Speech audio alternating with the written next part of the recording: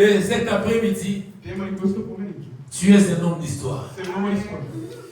T'as compris, je suis un homme d'histoire. Si tu sois homme ou femme, tu es un homme. Dis, je suis un homme d'histoire. Alléluia. Bien-aimé, chacun de nous est né pour marquer une histoire. Si tel n'était pas le cas, mais tu ne devais pas naître. En biologie, on nous parle que pour que quelqu'un soit né, dans la conception,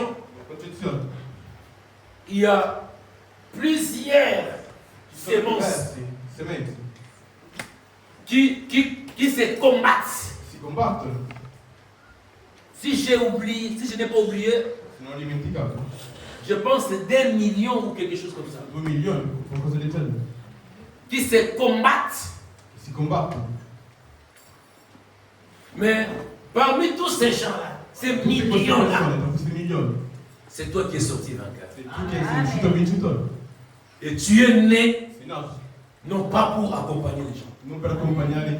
Mais tu es né parce que tu es un homme et une femme d'histoire.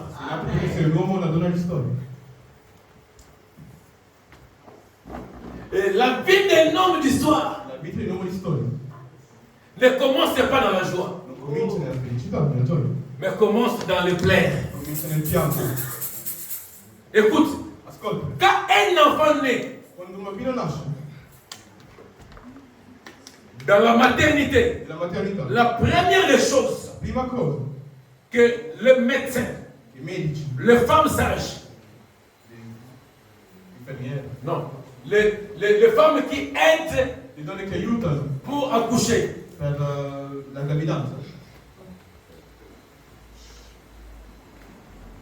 la première des choses qu'ils attendent de l'enfant, ce n'est pas que l'enfant se réjouisse, que l'enfant pleure.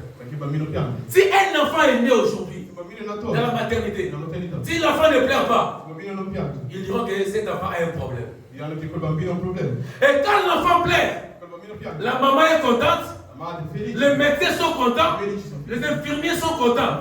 Tout le monde dit, l'enfant a pleuré. Donc quand tout le monde se réjouit là, l'enfant est en train de pleurer. C'est un signe pour dire qu'un homme d'histoire, ce n'est pas seulement celui qui est né dans la joie, mais un homme d'histoire, c'est aussi celui qui a expérimenté des choses compliquées, difficiles dans sa vie. Ah oui. Je vais dire à quelqu'un,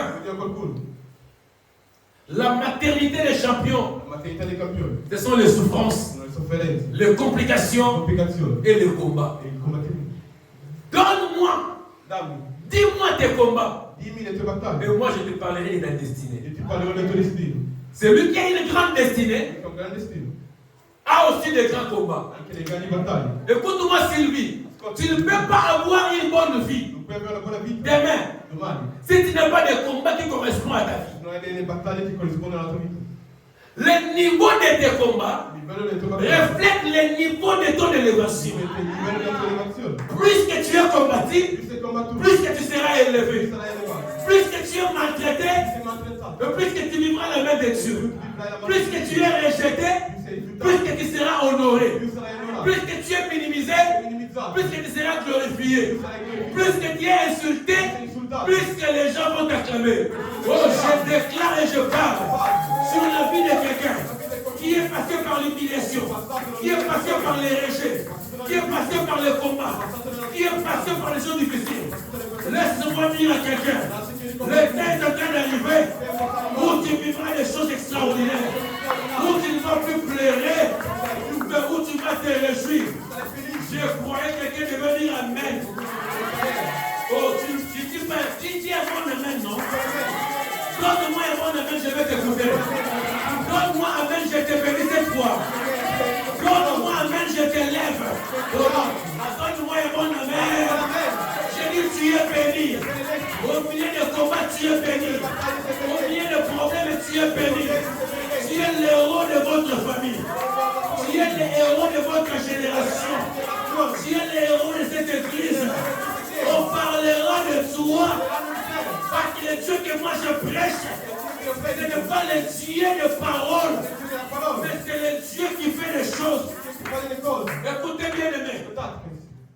un homme d'histoire. Quand je dis un homme d'histoire, l'histoire n'est pas seulement constituée du passé. Parce que quand on parle de l'homme d'histoire, tu peux croire que je parle du passé. Parce qu'à l'école, on nous a appris ceci. Quand on parle de l'histoire, c'est qu'on étudie quoi? Les choses du passé. Mais je vais dire à quelqu'un, toi tu es un homme d'histoire, pas à cause du passé, mais à cause de ton présent.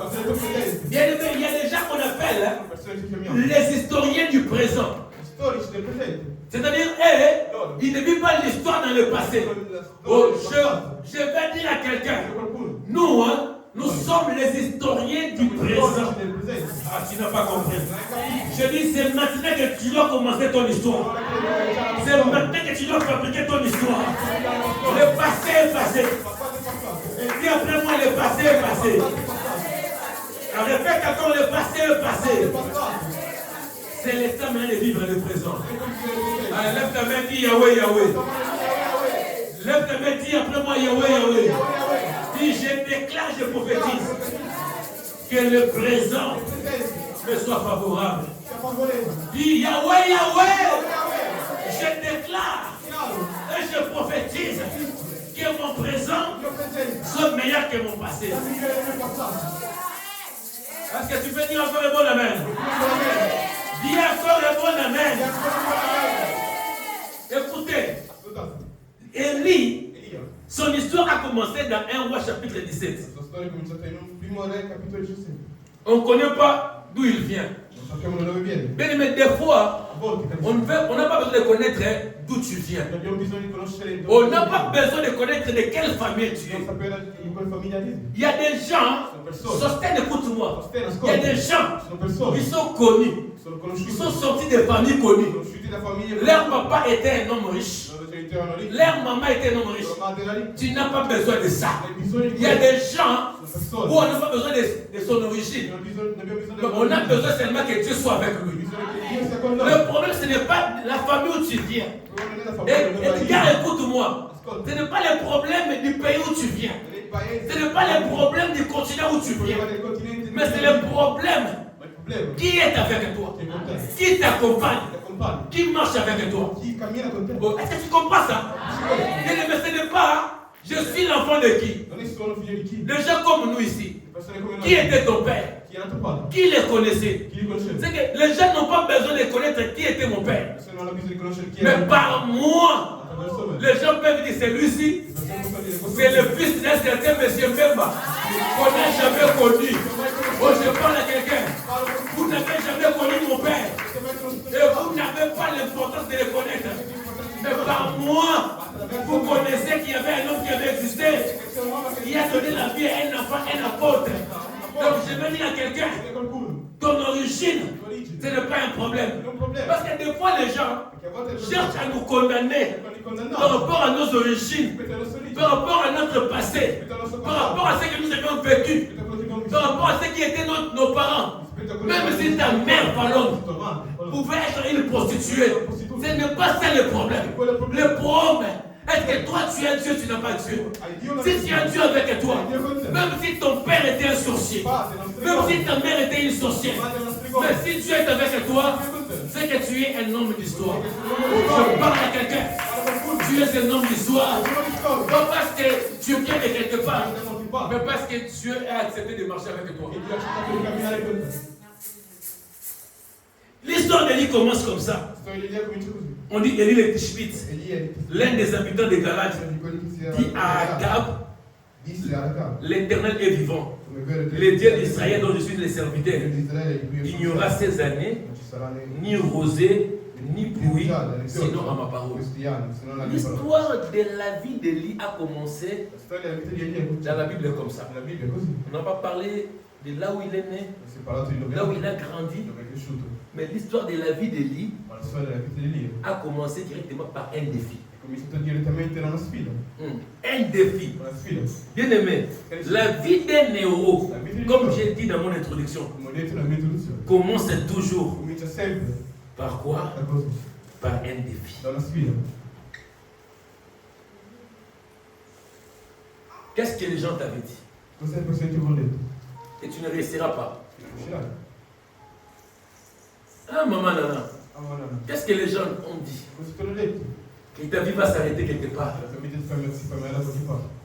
Laissez-les partir. Nous allons voir qu'est-ce qu'il va faire.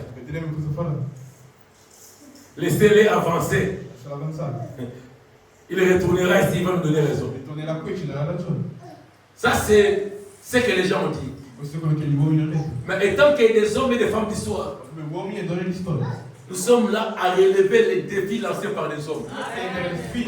C'est pour cela que David, comme un homme d'histoire, quand il s'est retrouvé dans les champs de bataille, il a vu l'homme de Goliath en train de parler.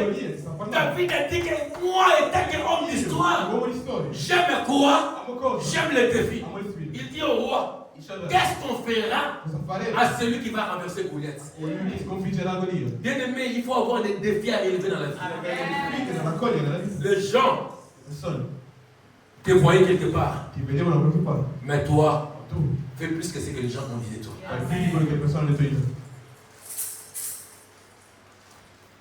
Et c'est Élie là. Il lance les défis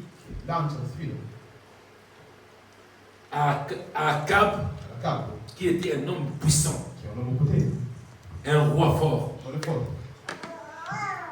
Et directement il fuit. Il entre dans un torrent qu'on appelle les torrents des Kérits. La première étape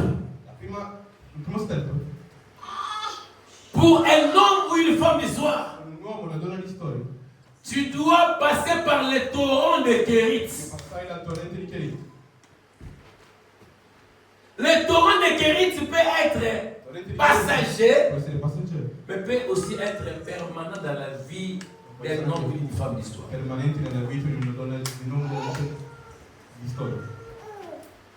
Et Élie, qu'est-ce qu'il fait dans les torrents de Kérits? Dans les torrents de Kérits, Élie se cache là-bas. Dieu dit à Élie, dans 1 Roi chapitre 17, verset 2 et 3, il dit, la parole de l'Éternel fut adressée à Élie en ces mots. Pars d'ici et dirige-toi vers l'Orient. Et cache-toi près du torrent de Kérits, qui est en face du Jourdain. Le torrent de Kérits, c'est un endroit où Élie doit d'abord se cacher.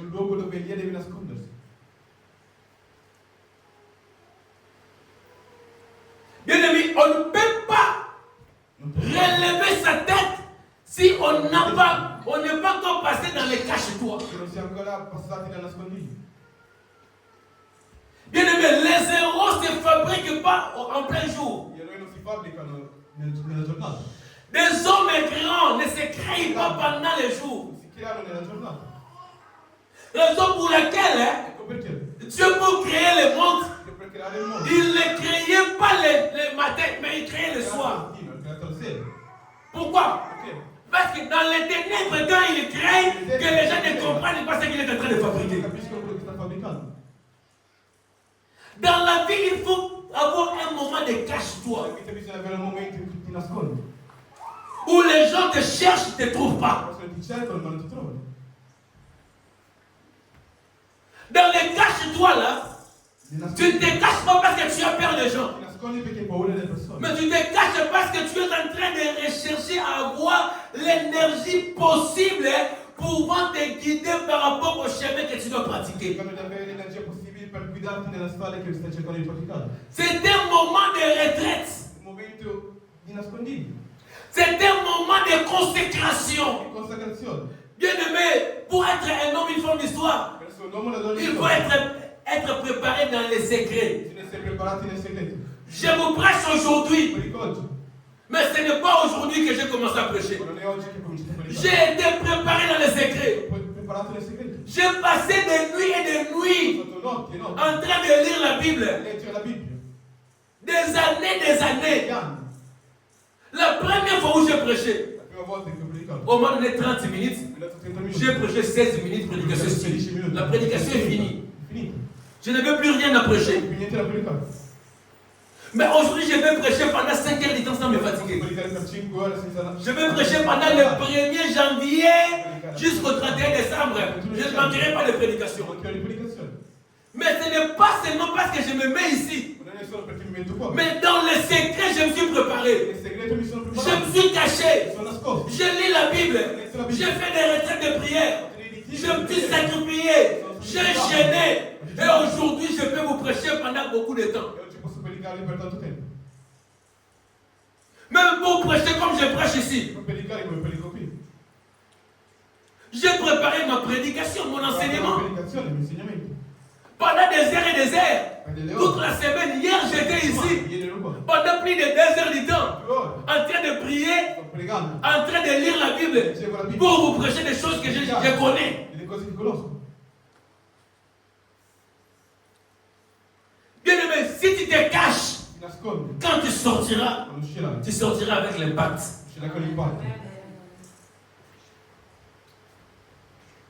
On doit chercher à se cacher, bien aimé. De disparaître aux yeux des gens. N'ayons pas l'habitude d'apparaître. C'est ça les défauts de beaucoup de gens, de beaucoup de chrétiens, et surtout des Africains. Au lieu et place. Au lieu et place, à poste d'être. Au lieu et place d'exister.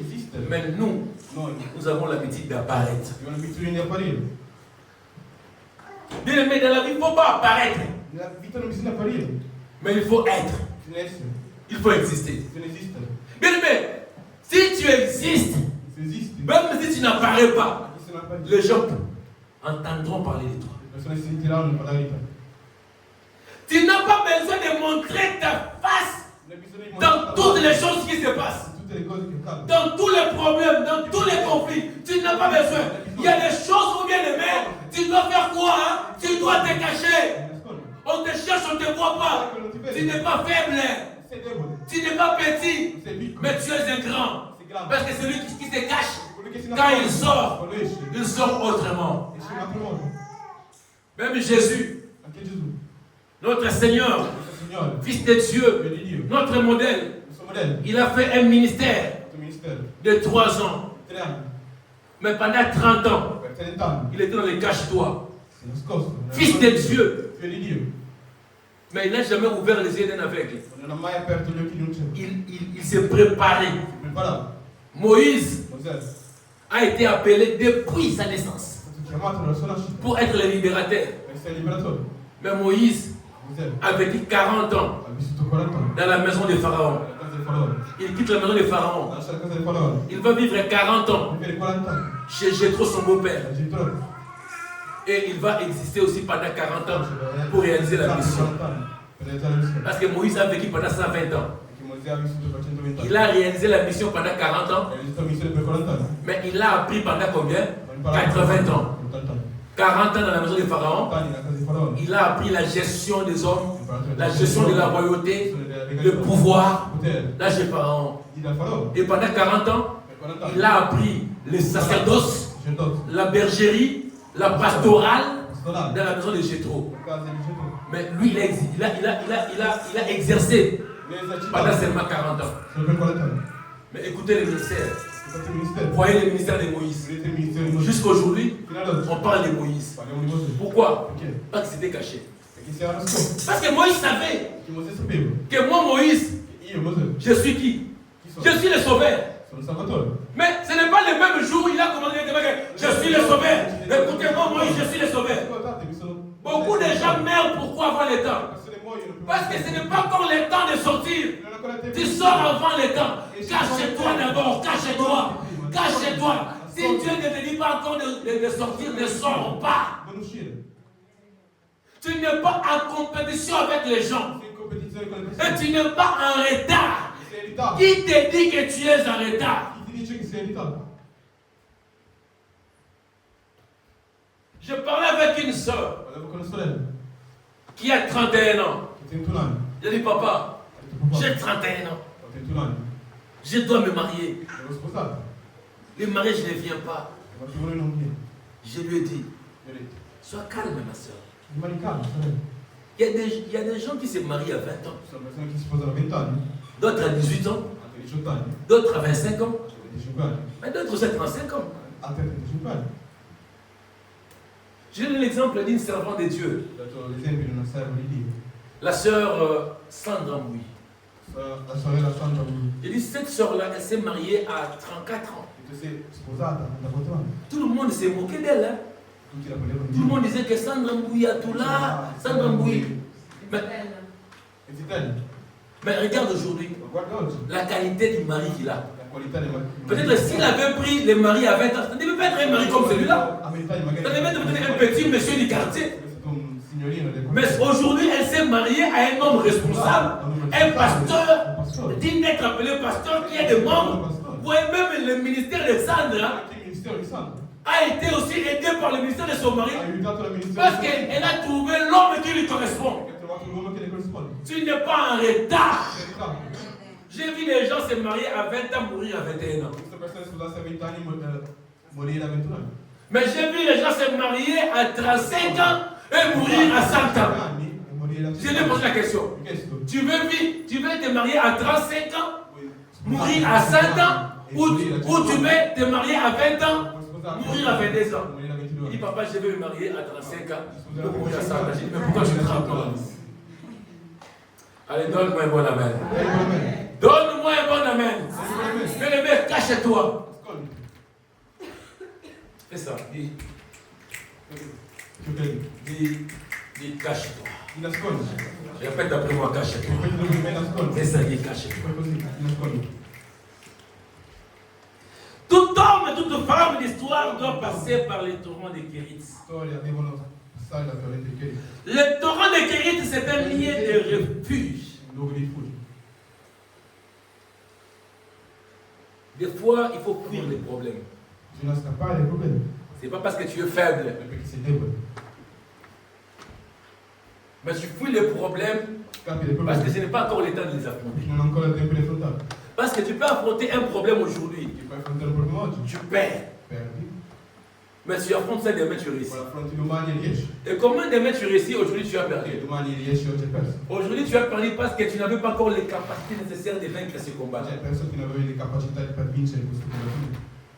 Hein? Hein?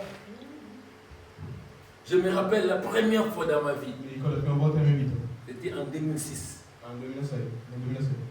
Que j'avais touché l'argent, la somme d'argent la plus importante de ma vie. Demandez-moi c'était combien? $480. C'était quand pas. Je vous dis, cela m'a donné de la vertige. J'ai mangé les chicots et les sardines à tout moment. Parce que moi, quand je grandissais, pour remarquer que j'ai l'argent, ou l'argent est perdu à la maison, et que c'est moi qui ai volé l'argent là, il faut seulement chercher à écouter, à sentir l'odeur de la sardine. Et jusqu'aujourd'hui, je suis tellement amoureux de la sardine à Oumi. Des fois, pour acheter ça, m'amener ça à la maison. J'aime ça. Je vous dis, chaque matin, je mangeais le matin, à la place de déjeuner, des chicoins avec sardines. À midi, des chicots de sardines.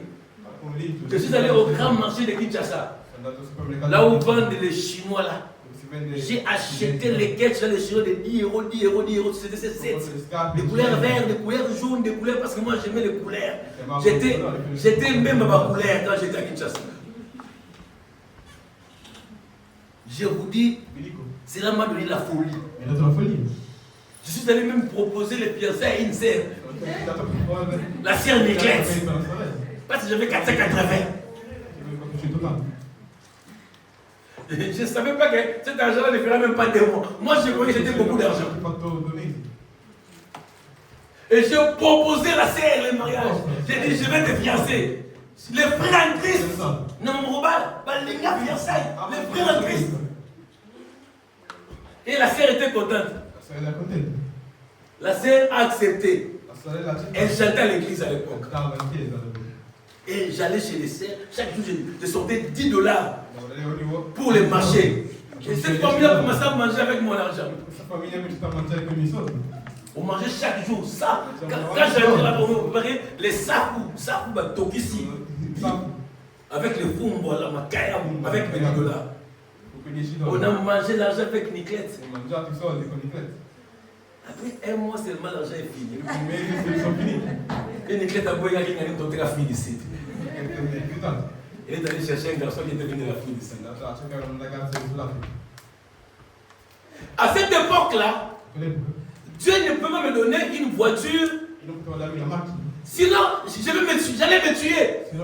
J'étais frère en Christ. Mais bien aimé, avec moins de $500, je suis devenu fou. Je suis allé même chercher à me marier. À cause de moins de $500. Vertige. Bien aimé, il y a des gens, s'ils veulent te marier, pose-lui la question. Vers 10 euros, c'est la décision.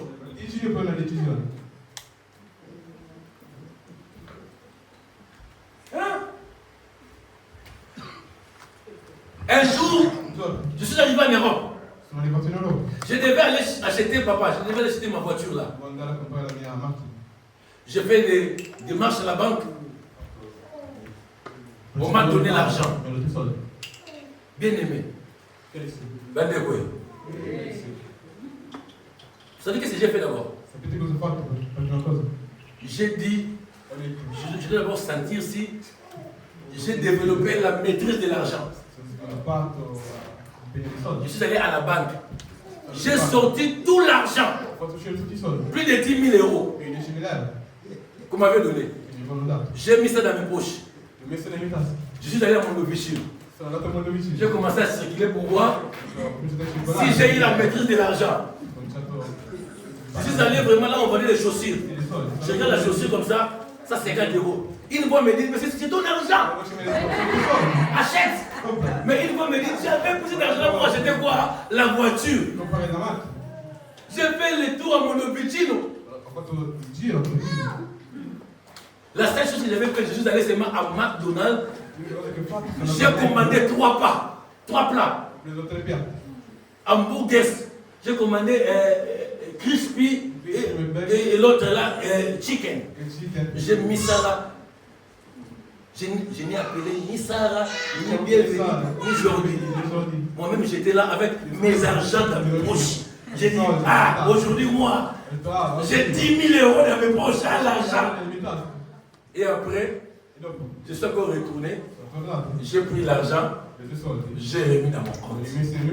J'ai compris que même si quelqu'un me donne 20 000, je ne peux plus trembler. J'ai grandi. Hein?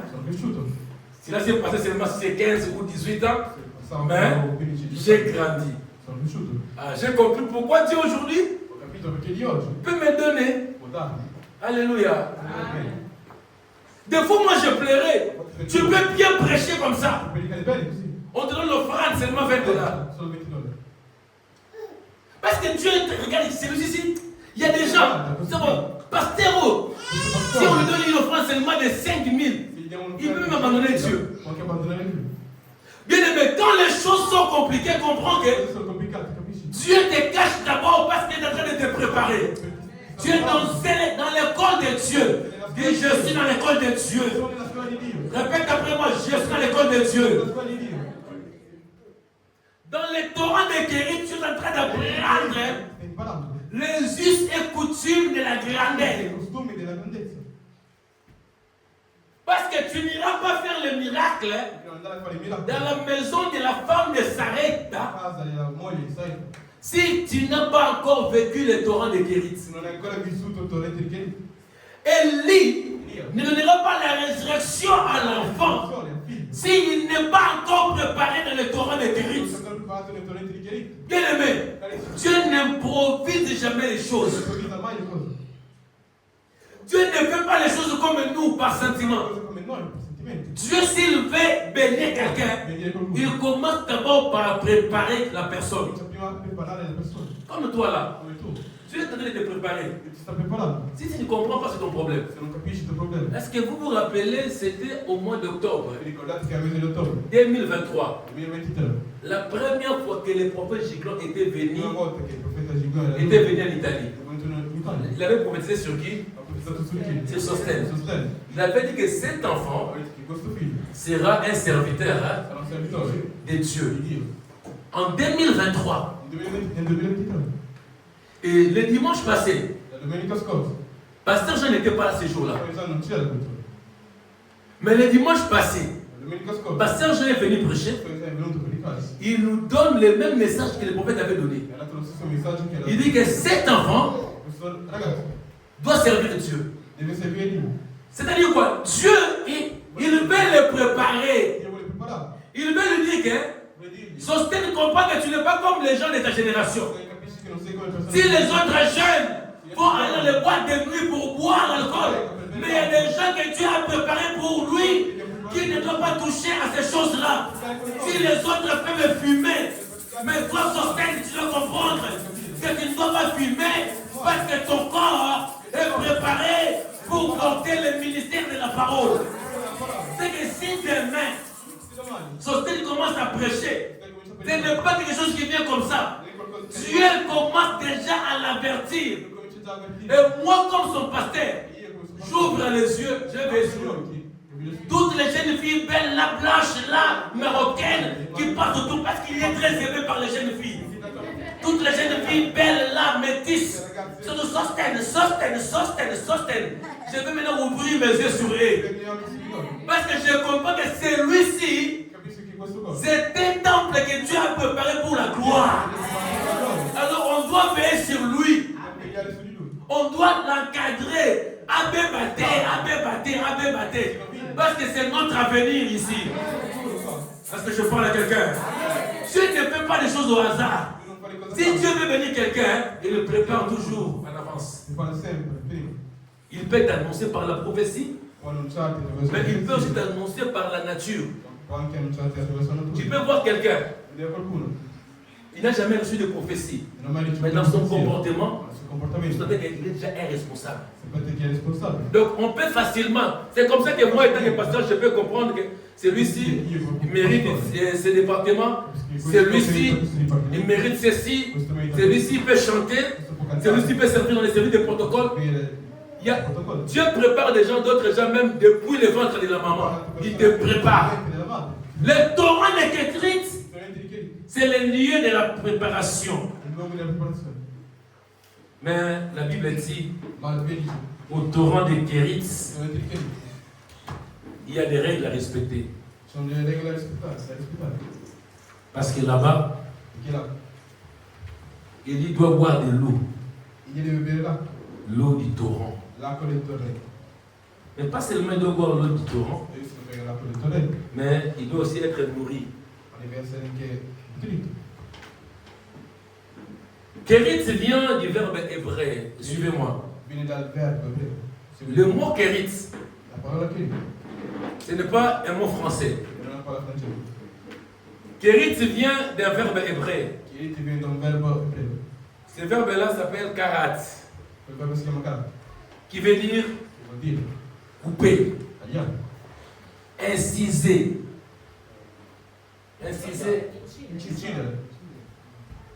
C'est ça. Donc, si on dit élire le torrent de Kérit, c'est aussi le lieu de la coupure, de la séparation. Bien aimé, si tu es un homme d'histoire, il y a des choses auxquelles tu dois te séparer de ça. Il y a des choses auxquelles tu dois renoncer. Des choses que tu aimes. Mais au nom de Dieu, pas seulement de Dieu, mais au nom de la grandeur qui t'attend tes mains, il faut refuser.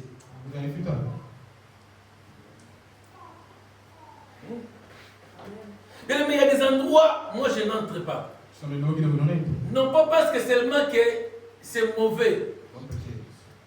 Mais c'est par rapport à ce que je suis et ce que je compte devenir. Il y a des gens qui étaient mes amis hier. Aujourd'hui, ils peuvent plus être mes amis. C'est comme ça que j'ai une difficulté à avoir des amis. Moi, je n'ai pas d'amis. Qui m'a déjà vu avec un ami? Depuis que je suis ici, qui m'a déjà vu avec un ami? Mes amis sont des collègues dans le ministère. Et peut-être 2 amis d'enfance. Pourquoi? Parce que je refuse de détruire ce que Dieu m'a donné. Je sais que demain, il y a une veuve de Sarepta qui doit manger avec son enfant pour ne pas mourir. Le lieu de Torah de Kérit, c'est un endroit où tu dois commencer à réfléchir différemment des gens de ta génération.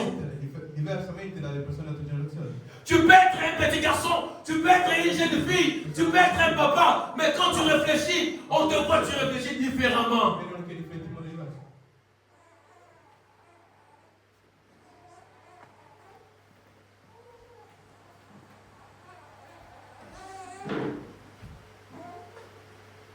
Et pour faire l'incision, une personne, c'est ce qu'à Lingala on appelle ça Nzolo. Quand on fait l'incision, qu'est-ce qui sort? Les sangs. C'est que le torrent de Kérit, c'est le lieu aussi de contractation des alliances. Bien aimé, tu ne peux pas vivre sur la terre si tu n'as pas des alliances qui sont avec toi. Il faut être un homme et une femme des alliances. Même en politique. Vous voyez les gens qui sont en politique là. Meloni, aujourd'hui, elle est Premier ministre de l'Italie. Elle n'est pas seulement Premier ministre parce qu'elle est aimée par les Italiens. Mais elle est Premier ministre parce qu'elle est dans l'alliance avec tous les partis de droite. Elle est de la du parti qu'on appelle Fratelli d'Italie. Mais avec seulement son parti, elle ne peut pas sortir au Parlement, Premier ministre. Elle a fait alliance avec la Lega, parti de Salvini. Elle a fait l'alliance avec le parti de Berlusconi. Tous les partis de la droite, de la destra italienne, se sont mis ensemble et ils ont choisi qui? Meloni. C'est que si Meloni aujourd'hui est Premier ministre et président du Conseil italien, ce n'est pas seulement parce que Meloni a un grand parti, mais c'est parce qu'elle et son parti ont contracté aussi des alliances. Bien aimé, les alliances se font en secret. Mais les résultats des alliances se font voir au vu et au su de tout le monde. Tous les gens que vous voyez qui dirigent le monde, ils sont dans les alliances. Ils sont dans des regroupements. D'autres dans la franc-maçonnerie. D'autres dans la Rose-Croix. D'autres sont des Illuminati. On ne devient pas un homme d'histoire comme ça sans une alliance. Et nous aussi, bien aimés, nous devons être dans une alliance. Pas l'alliance démoniaque, pas l'alliance des Illuminati, pas l'alliance des francs-maçons, mais on doit avoir l'alliance avec Jésus-Christ de Nazareth, le Dieu créateur. Il y a des chrétiens, il est chrétien, mais il n'a aucune alliance avec son Seigneur.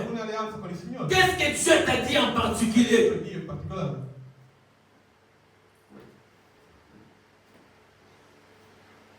J'ai toujours raconté ici. J'étais à Kinshasa. Mais avant de venir, je savais que je commencerais une église en Italie. Dieu me l'avait averti. Moi-même par le prophète. Je savais que ça va arriver. Si j'arrivais en Italie, je n'avais pas encore de papier. Je ne connaissais pas encore l'italien. Mais j'ai commencé. Et j'ai commencé l'église avant même d'avoir une église. Parce que maman Nana que vous voyez ici, elle est devenue fille de mon ministère avant que j'aie même une église. Le jour que moi et un ancien rencontré, je n'avais pas d'église. Je ne prêchais pas dans une église, mais on s'est rencontrés. J'ai dirigé la prière. Elle a senti, le Saint-Esprit l'a touché dans son cœur. Il a dit, suis cet homme. Depuis ce jour-là, il s'est attaché à moi. Donc je commence l'église. Dans un pasteur, il y a maman Nanakala. Mais pourquoi? C'est pas moi. C'est pas parce que je prêche bien. C'est pas parce que j'ai l'onction. Mais c'est parce que c'est lui qui m'a envoyé. J'ai une alliance avec lui. Il m'avait dit, vas-y, je serai avec toi.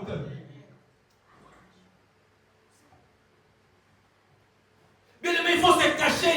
Il faut avoir une alliance avec Dieu. Il faut une relation personnelle, particulière, où tu dis, Seigneur, je vais marcher avec toi. Je prends la décision de marcher avec toi. J'abandonne. Maintenant, toi, qu'est-ce que tu me promets?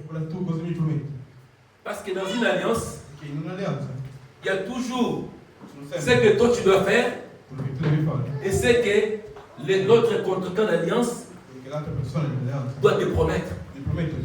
Il y a des choses que Dieu m'a dit, ça tu ne feras pas. Ça vraiment pour moi c'était un interdit. Il m'a dit ça tu ne feras pas. Si tu ne fais pas ça, moi je ferai ceci avec toi. Est-ce que tu as des choses comme ça dans ta vie? Où tu marches seulement pour marcher? Est-ce que dans ta vie tu as des choses que ça m'a payé ça? Est-ce que tu as des interdits que Dieu t'a interdit? Moi j'ai un ami apôtre. Lui il ne prend pas les sucrés. Si. Souko. Est-ce que prendre un jus c'est un péché? C'est pas un péché. C'est pas un péché. Mais lui, Dieu lui a dit, toi dans ta vie, tu me serviras. Les aveugles verront par ton ministère. Les paralytiques marcheront. Tu seras un grand homme de Dieu. Mais toi dans ta vie, tu peux tout faire.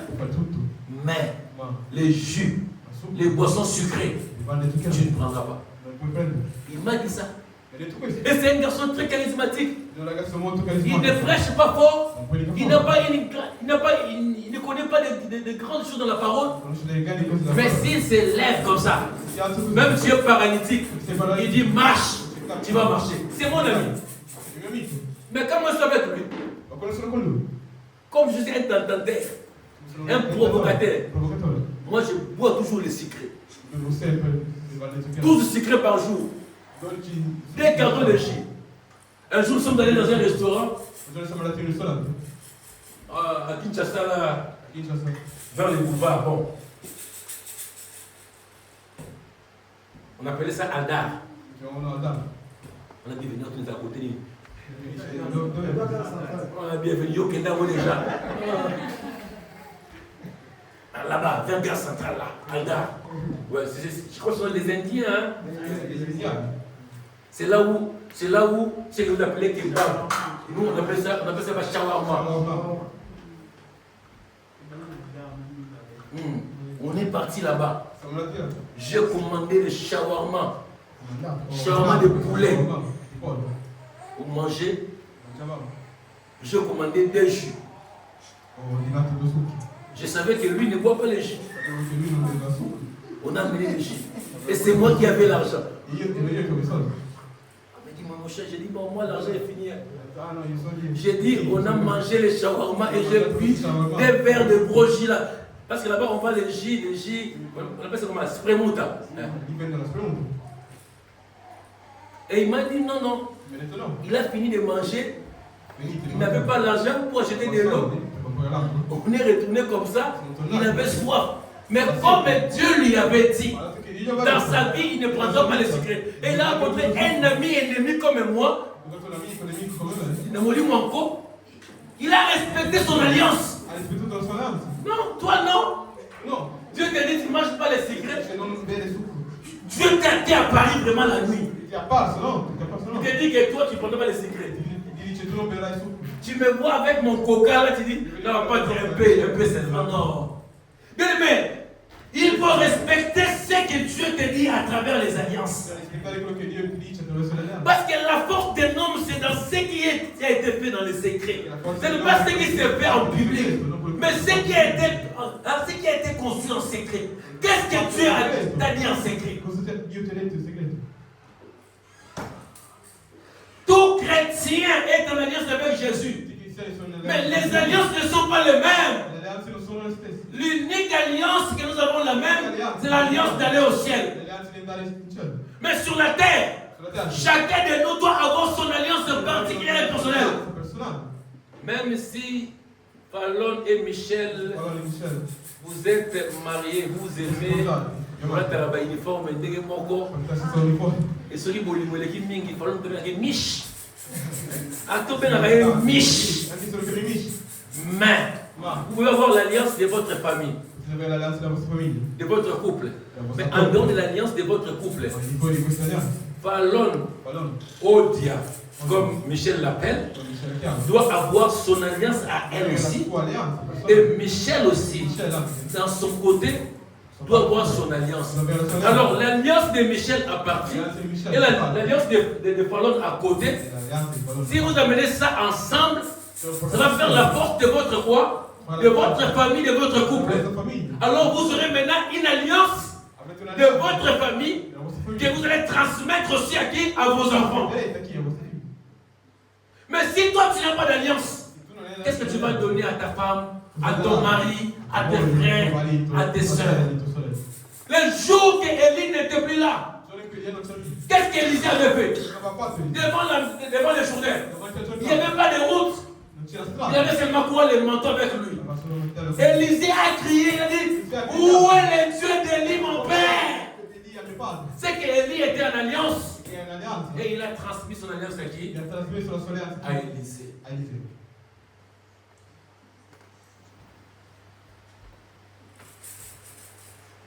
Mais Kérit, quand j'étudiais cette histoire, j'ai appris que le torrent de Kérit n'était pas un torrent qui donnait de l'eau permanente. L'histoire dit que c'était un ruisseau saisonnier. Si. Vous voyez, en Europe, il y a des eaux comme ça. Parce qu'un jour, je suis passé, je ne sais pas si c'est à Torino. On m'a dit, oh, ici, c'est le fiume. Ah, il fume. Mais c'était, je crois, pendant l'été. Mais dans ce fiume-là, je n'ai pas vu l'eau. J'ai vu seulement les pierres. On m'a dit, si on passe ce moment ici, c'est fiume ici. Et comme un fiume mounène, ça devient un grand fiume. Ou si tu essayes même d'entrer ici, tu vas faire quoi? Tu peux mourir. Même si vous allez ici à Montovi, ici, vous verrez, il y a une rivière là, non? Si vous allez maintenant, vous allez trouver que ça n'existe plus. Il y a seulement des pierres. Mais quand il pleut, il y a même des maisons qui sont submergées par ces eaux-là. C'était comme ça avec Kérit. Ce n'était pas un puits qui était là pour tous les jours. Mais c'était un ruisseau qui venait par la saison. C'est que même Élie, le temps qu'il passait là-bas, ce n'était pas un temps éternel. Mais c'était seulement pour un peu de temps.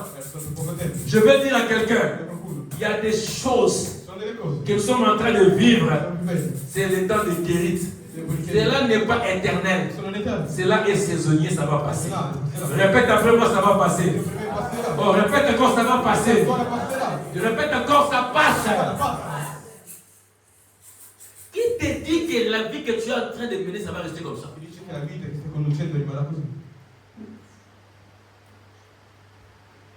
Mon frère Gabin, il n'y a rien sur la terre qui peut rester éternel. Si on pose la question à Michel, il nous racontera son histoire. Comment il est arrivé, comment il a commencé, et là où il est aujourd'hui. Si on demande à Nana, elle dira, bienvenue, il donnera son histoire. Didier nous dira de son histoire. C'est que chacun a son histoire.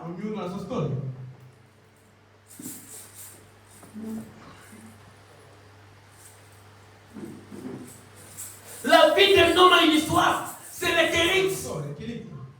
Après les Kérites, il y a des choses meilleures. Il y a le miracle qui t'attend. Je dis, il y a des miracles qui t'attendent. Tu vas faire de grandes choses après le Torah des Kérites. Raison pour laquelle j'interdis à ton voisin de te minimiser. J'interdis à ton voisin de te diminuer. Parce que personne ne connaît ton lendemain. Hein? Quand tu dois dormir dans le salon de quelqu'un, on t'appelle Salomon. Parce que tu dors au salon. Moi j'ai dormi au salon. Pas en Afrique. Ici en Europe. Et à 5h du matin, ma mère doit aller au travail. Et pour aller au travail, elle doit faire son café. Et pour faire son café, elle doit entrer dans la chambre du Salomon, qui est le salon, pour aller à la cuisine. Donc, quand tu dors au salon, d'abord tu ne peux pas dormir avant. Parce que maman botte dans la maman mango. Après la réformation, il y a 23h, l'information de 23h, téléjournal de 23h. Elle sait que toi tu es Salomon, tu dors au salon. Mais elle regarde le téléjournal à 23h. Donc tu dois commencer à dormir à partir de minuit, 1h. C'est elle la propriétaire de la maison, bien aimé, tu dois te soumettre. Et tu dors comme ça vers 1h à 5h. Elle doit se réveiller pour faire son café. Et récemment que notre salon, nous avions un divan lit. Et pour cela, chaque canapé que j'achète, c'est toujours divan lit. Moi, tout divan que j'achète, c'est mon divan lit. Pour me consoler de ma vie. Et aujourd'hui, quand je suis chez moi à la maison, des fois je sors de ma chambre, je dis, aujourd'hui, je dors dans la chambre, je dors au salon, je tire le divan lit, je dis, je vais un peu commémorer mon état de Salomon que j'avais vécu en Europe. Mais moi j'ai fait 4 ans, je dors au salon. Non, c'est 4 ans. 4 ans. 4 ans. Ça me fait que 4 ans que j'ai été dans l'épreuve de l'esprit des salons. 4 ans. Mais je viens ici, je prêche, mais Salomon. Et je dis, vous allez voir la main de Dieu. Mais Salomon, bien aimé, que ta position actuelle ne te limite pas par rapport à ce que Dieu t'a promis. Que ce que tu es en train de vivre aujourd'hui ne te freine pas par rapport à ce que Dieu t'a promis demain. Tu peux être Salomon aujourd'hui. Demain, tu deviens l'homme avec plusieurs chambres. Aujourd'hui, je peux te loger dans ma maison. Si tu manques une place, je peux te loger. Mais pour 2 jours seulement, pas plus. 2 jours. 2 jours. 48 heures.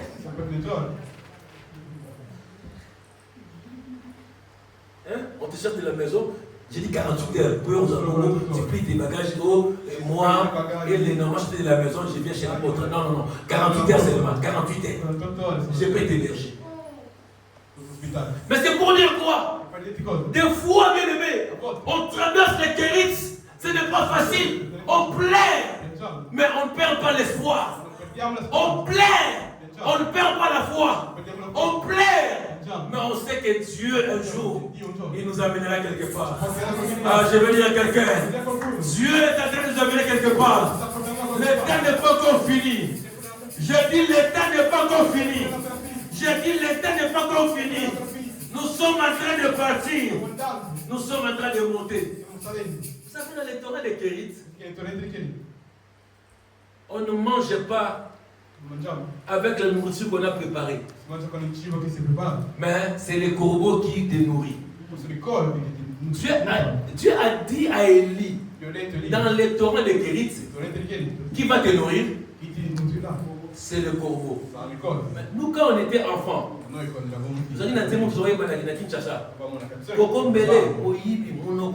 mais moi je me dis que c'est le corbeau. Avec la saleté qui est dans la bouche du corbeau, comment le corbeau peut t'amener le pain? Il t'amène aussi quoi? La viande, et toi tu prends ça, tu manges. Et quelle intelligence avait ce corbeau là aussi? De prendre un pain et de donner à quelqu'un. C'est que c'était un miracle. Mais le corbeau, dans la Bible, Selon Lévitique 11, 13 à 15, le corbeau est considéré comme un oiseau impur. Est-ce que je peux dire à quelqu'un pour terminer ma prédication? Bien aimé, dans ta vie, hein, Dieu peut envoyer même un oiseau impur pour te bénir. Un pasteur un jour m'a dit, Étienne, généralement dans le ministère, les gens qui m'ont béni, il m'a présenté la salle qu'il a achetée. Il m'a présenté la voiture qu'il a achetée. J'ai dit, waouh, ça c'est combien? Il m'a dit, mon petit ça, c'est 42 000 $. J'ai dit, mais comment tu as trouvé ça? La personne qui m'a donné ça, ce n'est pas chrétien de mon église, ce n'est pas un croyant, c'est un païen. Il a été béni, il voulait donner son argent quelque part dans une église. Et l'esprit l'a convaincu que sur l'avenir, qu'il me donne ça. Et il m'a donné cet argent-là. J'ai dit, c'est combien? Il dit 120 000 $. Qui t'a donné ça? Il dit, c'est un païen. Donc c'est qui? C'est un corbeau. Mais des fois, Dieu peut envoyer un corbeau pour te nourrir, mais tu le chasses. Beaucoup de chrétiens chassent les corbeaux qui viennent pour le nourrir. Raison pour laquelle moi je ne refuse pas un homme. Que tu sois païen, que tu sois ivrogne, que tu sois impudique. Si tu viens à l'église, pour moi tu es mon frère, tu es ma sœur. Non, tous vous êtes mes frères et sœurs. Vous êtes égaux. Que celui qui a l'argent, que celui qui n'a pas l'argent. Pour moi, vous êtes des brebis égales. Parce que tu peux minimiser quelqu'un. Mais attention, bien aimé. Peut-être que c'est les corbeaux que Dieu t'a envoyés.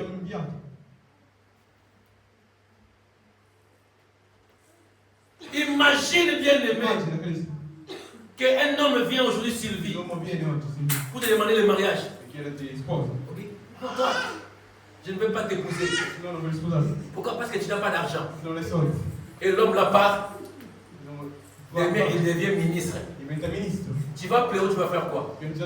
Si c'est moi, je vais te taper. Tu veux me demander l'argent? Je te tape.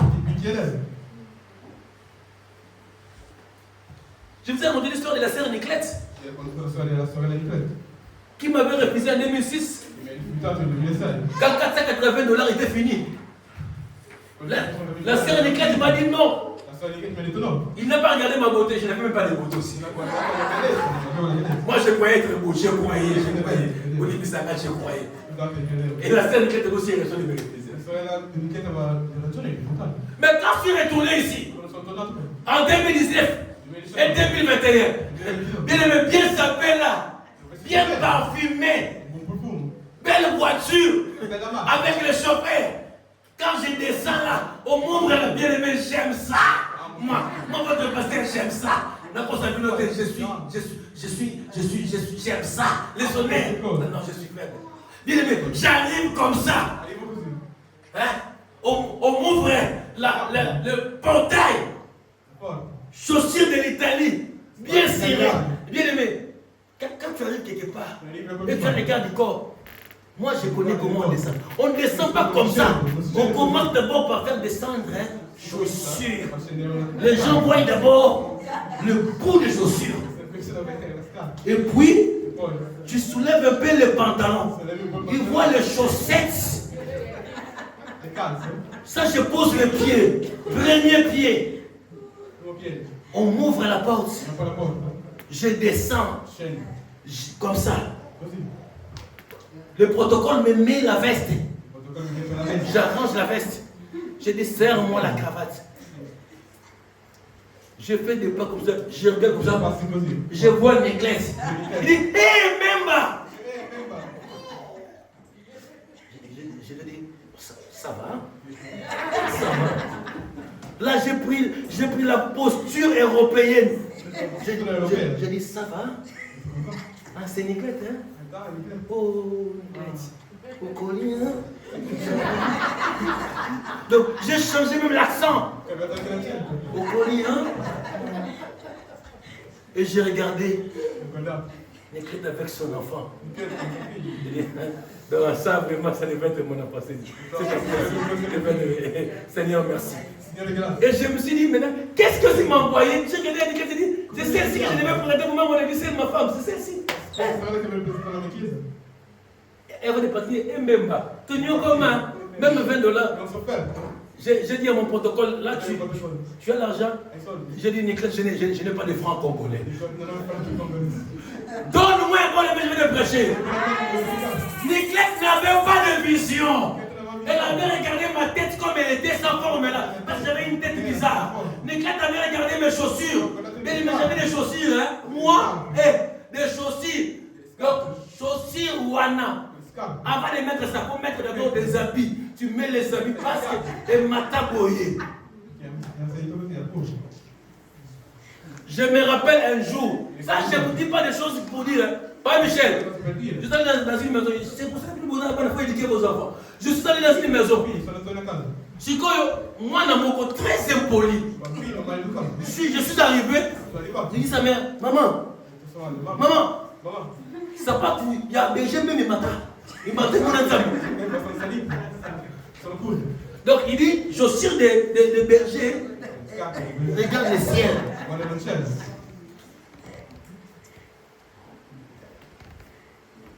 Donne-moi un bon amen. Et j'avais une veste rouge. Clovis m'avait envoyé ça. Clovis a un terme habillé. Attendez, ma veste rouge. Il m'a envoyé une veste rouge. Je me suis pendant la journée, bien aimé. C'était la veste de sortie. Néclette, regardez le rouge, elle se moque de moi. Regarde celui-ci. Bien aimé, dans les torrents de Kérit, tu peux voir un corbeau, il ne faut pas le minimiser. Peut-être que ce corbeau-là a été envoyé pour toi pour changer ton histoire. Raison pour laquelle ne regarde pas quelqu'un par rapport à ses moyens financiers. Bien aimé, la promesse ne se lit pas au visage. Dis à ton voisin, photographie-moi. Dis, quand même ma photo. Dis, fais-moi une belle carte. Et tu seras étonné. Est-ce que je peux terminer pour dire à quelqu'un que Dieu t'a appelé pour les grandes choses. Tu es un homme d'histoire, mais aujourd'hui tu as commencé par Kérit. Tu ne peux pas s'arrêter là. Le chemin est encore long. Je dis à quelqu'un, le chemin est encore long. Oh, je parle à quelqu'un, le chemin est encore long. Je dis, tu vas aller loin. Oh, je t'envoie comme une flèche. Je dis, tu iras trop loin. Je dis, tu vas monter. Tu vas réaliser des choses qu'aucun membre de ta famille a déjà réalisé. Dis après moi, Yahweh. Dis après moi, Yahweh. Dis, moi, Étienne Mbemba, je déclare que je réaliserai des choses qu'aucun membre de ma famille n'a réalisé. Dis, moi, Étienne Mbemba, je déclare que dans ma vie, je réaliserai des choses que mes parents n'ont jamais réalisées. Bien-aimé, je te bénis. Je dis, je te bénis. Ici, je vous bénis. Dites mon amen. Ici, je dis, soyez bénis. Ici, je dis, soyez bénis. Ici, soyez bénis. Soyez bénis. Soyez bénis. Soyez bénis. Je dis, soyez bénis. Je dis, montez. Je dis, montez. Les grandes choses. Je parle à quelqu'un. Tu es un homme extraordinaire. Tu es une femme extraordinaire. On parlera de toi dans le palais royal. On parlera de toi dans ta famille. On parlera de toi dans cette église. On parlera de toi. Le temps est arrivé de vous prêcher un Dieu qui ne parle pas seulement, mais un Dieu qui agit aussi. Je déclare que le Dieu de mon appel, il agisse dans ta vie. Je déclare le Dieu de mon ministère, qu'il ouvre les portes, qu'il ouvre les portes, qu'il ouvre les portes, qu'il ouvre les portes. Allez, commence à entrer. Allez, entre. Allez, entre. Allez, entre.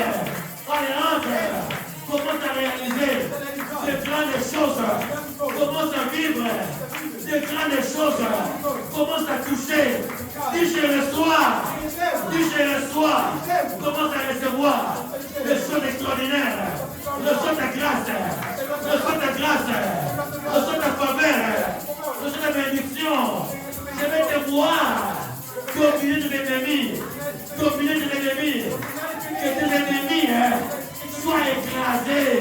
Dis j'écrase, dis j'écrase, dis j'écrase, dis j'écrase. Tous mes ennemis sont écrasés. Lève-toi, commence à prier. Lève-toi, commence à prier. Lève-toi, commence à prier. Commence à prier, commence à prier. Je vais te voir prier, prie encore, prie bien. Oh, commence à prier, prie pour ta vie, prie pour ta vie. Oh, commence à prier, dis Seigneur. Oh, le Dieu du Torah. Lève-toi, commence à prier, commence à prier. Au nom de Jésus. Commence à prier, commence à prier. Je vais te voir prier, prie bien, prie bien, prie bien. Pour le matin, prie, prie, prie. Allez, monte. Au nom de Jésus. Au nom de Jésus. Le Dieu de grâce. Le Dieu de faveur. Le Dieu des hommes d'histoire. Le Dieu des femmes d'histoire. C'est ce Dieu-là que moi je prêche. Au Père éternel. Ce peuple a besoin de toi. Ce peuple a besoin de toi.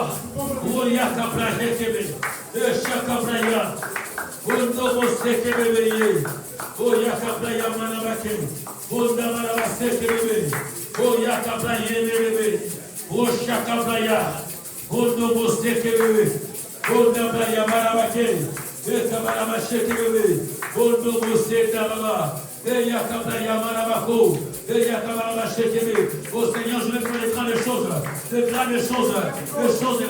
choses merveilleuses. Papa, je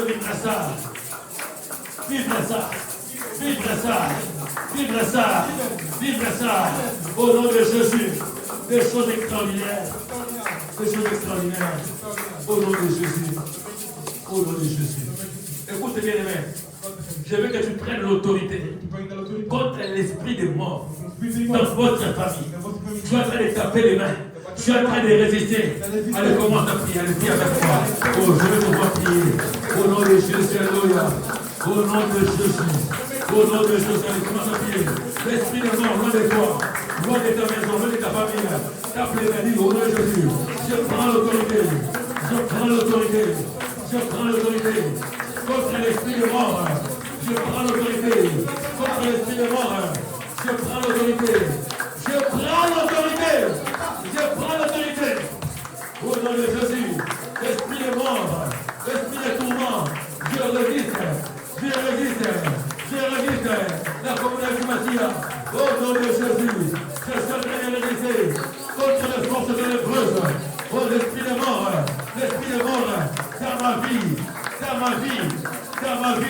Dans ma famille, au nom de Jésus, esprit de mort, tu n'as pas de place dans ma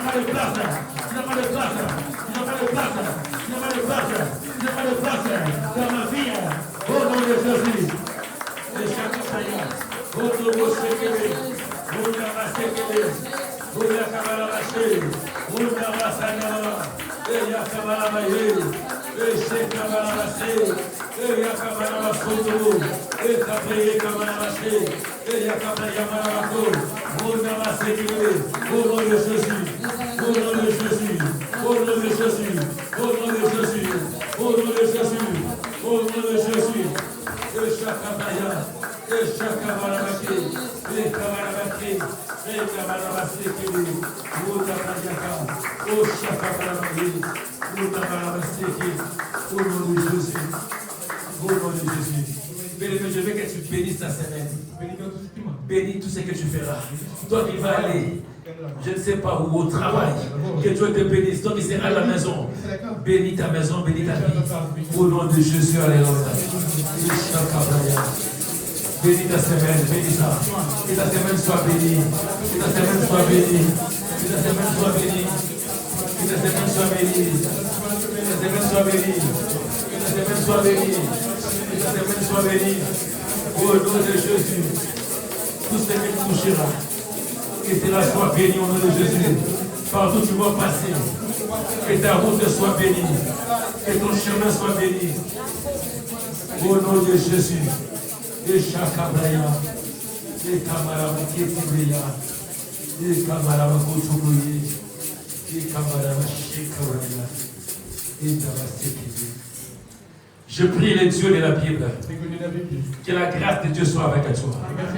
Que la faveur de Dieu te localise. Que le Dieu de mon appel marche avec toi. Qu'il t'accorde la victoire. Même dans les torrents de guérite. Que Dieu te protège. Que Dieu te défende. Qu'il prenne soin de toi. Devant l'adversité. Que Dieu soit avec toi. Devant les ennemis. Que Dieu assure ta vie. Je dis, tu ne mourras pas. Les événements de la vie ne t'emporteront pas.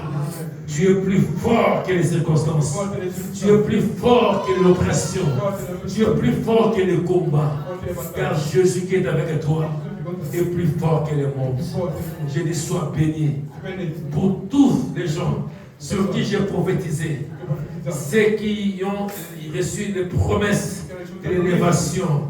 Que Dieu veille sur vous. Que vous vivez selon le nom de Jésus. Que tous ceux qui ont reçu des messages négatifs, que Dieu vous donne la force de lutter et que cela n'arrive pas dans vos vies et dans vos familles. Je les déclare en qualité de prophète et d'apôtre au nom de Jésus-Christ. Soyez tous protégés, soyez tous sécurisés. Ensemble, est-ce qu'on peut acclamer pour le roi des rois? Est-ce qu'on peut acclamer très fort? Est-ce qu'on peut acclamer très fort? On va bien acclamer, on va bien acclamer. Acclame bien pour Jésus, acclame très fort, acclame pour le roi des rois. Il est merveilleux, il est merveilleux. On peut s'asseoir. Merci de part